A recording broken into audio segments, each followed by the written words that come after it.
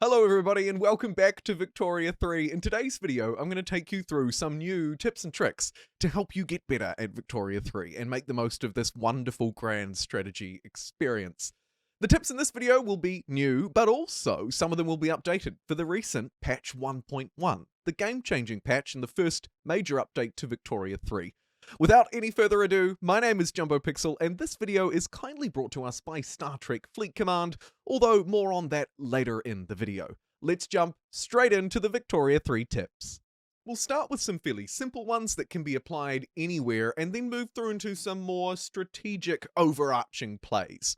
And the first tip is related to that patch 1.1, and it's all about wages, baby. Crucially, both the upside and the downside to wages has changed considerably over a number of updates, actually, to Victoria 3, and the version that we're left with at the moment is by far the spiciest of the lot. You'll notice that the downside penalties are more severe, but the upside benefits are even greater as well. My advice here is actually much different from my initial advice from the start of the game. Lowering wages now hurts you a lot. If you lower your government wages, you're going to knock out the approval of two groups and lose some prestige on the global stage. More importantly, though, at the military wages end, you'll see a minus 75% reduction in training rate and a reduction in your army's power projection, so people will be less likely to fear you on the global stage, as well as a reduction in approval. This is a bad one. Ideally, if possible, you want to try and actually raise these as much as you can. Both the military wages, which will give you, again, approval, morale recovery, power projection, important things, not just for winning a war, but also scaring off any future foes. And then when it comes to the government wages, again here, the more the merrier. Not only will you get that interest group approval, but now we receive plus 10% authority at the very high level, 5% if you want to drop it down to just high.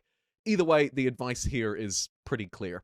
Have this as high as you possibly can, both at the government end, but crucially at the military end, and you should really try and avoid low military wages if you are engaging in any kind of combat or building any kind of army.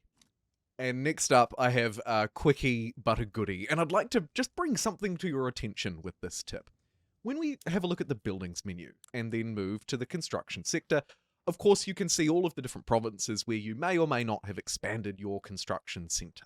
This is very important because the sector relies on basically taking in tools, fabric, wood and iron resources from your economy and converting that into employment for your people, but also, as you can see, into construction, right? Each level providing +5 construction and some additional efficiency. One thing that we haven't talked about much on the channel is changing the production method for your construction sector, something that could be easily overlooked as you move through the various tabs here in Victoria 3 to try and exactly pinpoint the different production methods, maybe upgrades, subsidies. It can get complicated. I would strongly encourage you, however, to move to the construction tab and change the production method almost as soon as you possibly can. Let's use early game France here as an example. You can see that wooden buildings are currently providing 42 construction and 10% state construction efficiency. Nice. If I move to iron frame though, watch the construction over double, now at 105, and if we reflect back, you'll see that state construction efficiency has of course doubled as well. The caveat, of course, is that as you move through to different frame buildings, you're going to need to focus on different resources. However, the iron frame move is actually incredibly easy. Take a look at the goods consumed, and you'll note that if we move to iron frame buildings, we're going to consume more tools and obviously a lot more iron. But not actually a lot of fabric and wood. At least a little bit less for fabric, quite a bit less for wood. That means that we actually only need really an additional one resource, and that is iron. So if you're in a state where you have lots of iron, or maybe you can, open up one trade route, this is almost certainly a no-brainer for you, and you should try and prioritize these upgrades as quickly as you can. Next, I'd like to move to the technology tree for a quickie but a goodie. It's important to, if you don't already know, remember that technologies are basically brought about by two things. Firstly, if we move over here, we can see our weekly innovation. This is, of course, provided by a 50 base value and then by universities. buildings that we can actually construct to produce more research. The second thing here, though, is the innovation level. And you'll notice that the innovation level is largely, in this case, actually more about the literacy of our population than the base value. The other thing to be aware of here is tech spread. So at the moment, I'm researching nitroglycerin, a great early game tech, in my opinion, intensive agriculture, mechanical tools. I mean, railways, you can't really go wrong with a lot of these. However, we're also, thanks to our technology spread, passively researching other things. You see, tech spread is basically a passive way to randomly unlock technologies based on those two values we talked about earlier, our literacy and our innovation. I would encourage you to not just check on your innovation, but also check on your technology spread.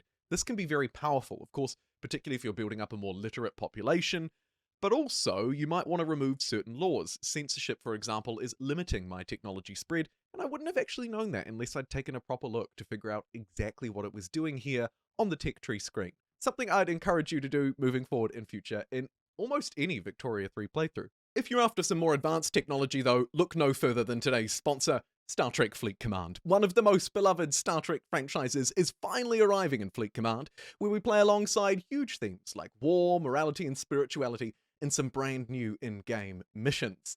The new arc offers something for everyone, with 3 new officers focused on ship survivability, new missions, the fan-favourite narrative of Deep Space Nine, and Alliance starbases. We welcome the Deep Space Nine crew, Epic Siskel, Rare Kira, and Rare Miles O'Brien. The crew's primary focus will be on ship survivability over damage, 2 of the officers will be useful in any armada, and 1 will specialise in specific Deep Space Nine armadas. Alliance starbases are physical embodiments of an Alliance's strength, which push members to work together for shared progression and mutual benefit as they navigate inter-alliance diplomacy, conflict, or all-out war. It's a new social feature to enhance collaboration. Players within an alliance will be able to now work together to build a starbase. Contributing to an alliance's starbase, an alliance can take control over new system resources, celestial objects, in order to upgrade the base to provide new buffs to the alliance and to the individuals themselves. Also introducing the USS Defiant, the Dominion, Cardassians, and Dr. Bashir, Star Trek Fleet Command has something for everyone, and you can download it right now by scanning the QR code on screen or clicking a link in the description. It's available on iOS, Android, and Windows. Now, back to your scheduled viewing. And as we come back down to Earth on the southern French coastline, what a place to be, it's time that we look at something new that changed in patch 1.1, and that is actually literally addressing the needs of our population, which has become a little bit easier in this update. If I select a province in France and then have a look at its population, I can of course get a feel for who's living here, what they're doing. Here, for example, we're taking a look at our farmers. Now, what changed in the 1.1 update was this overview here. A much easier way to see what our populations are spending their money on. You can see that our farmers are spending on services for the most part. Clothes follow shortly thereafter, furniture, maybe a little bit of wine, and some grain. If we head to the consumption tab, we also get a much better overview, so we can actually see how much of this is making up their spend. Because if they're spending a lot of their money on a certain resource, then we might need to figure out a way to provide more of it. This will help free up more money in their back pockets, and our economy should do better as a result. You could also use this to focus on certain interest groups that you might want to lift up or push down.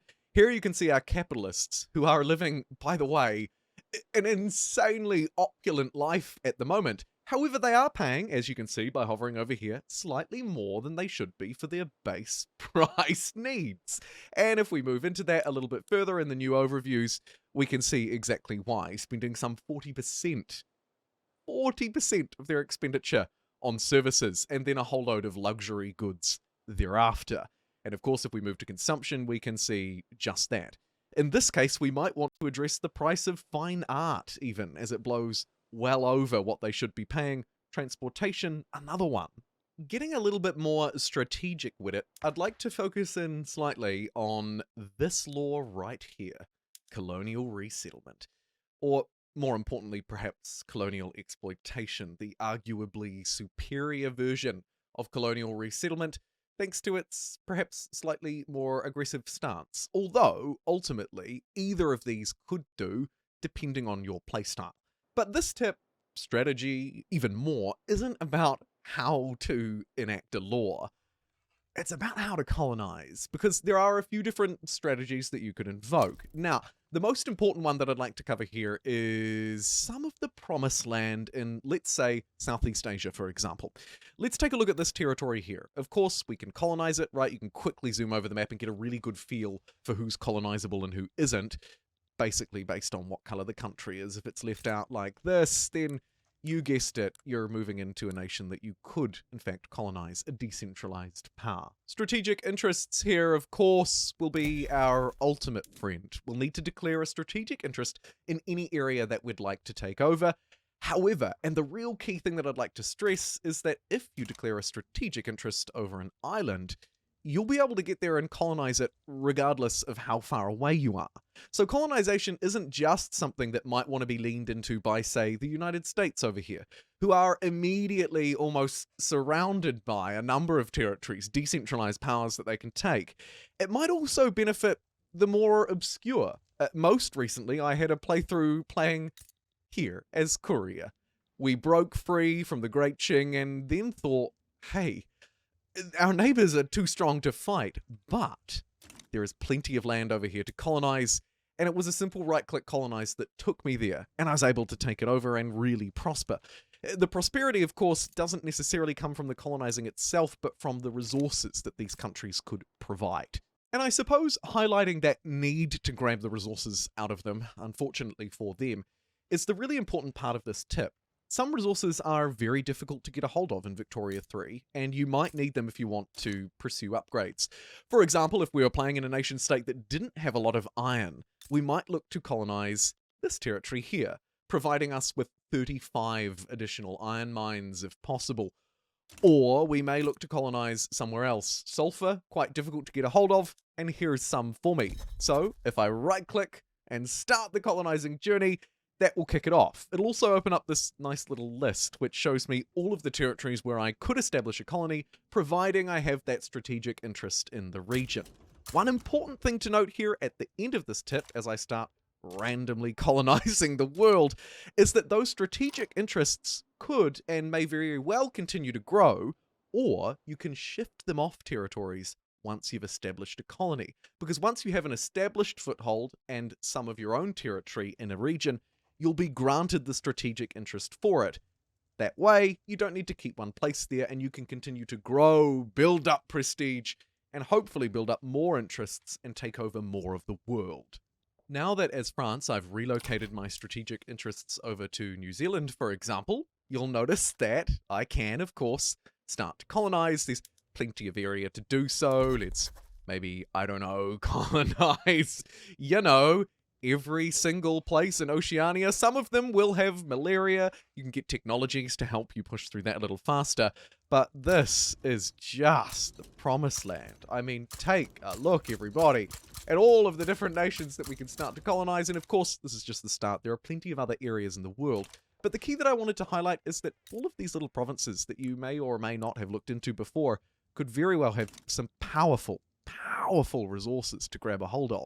And you can colonize fairly fast and loose around here too. It's quite easy, especially in the early game, to start to stretch out quite wide.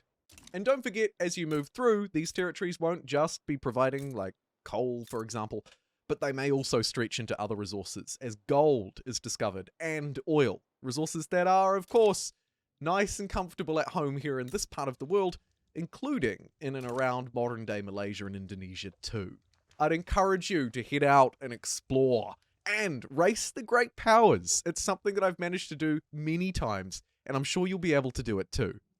Thank you very much for watching this Victoria 3 tips video, and I will see you in the next one. And thanks again to Star Trek Fleet Command for sponsoring this video and being a pleasure to work with while I've been sick. I appreciate it.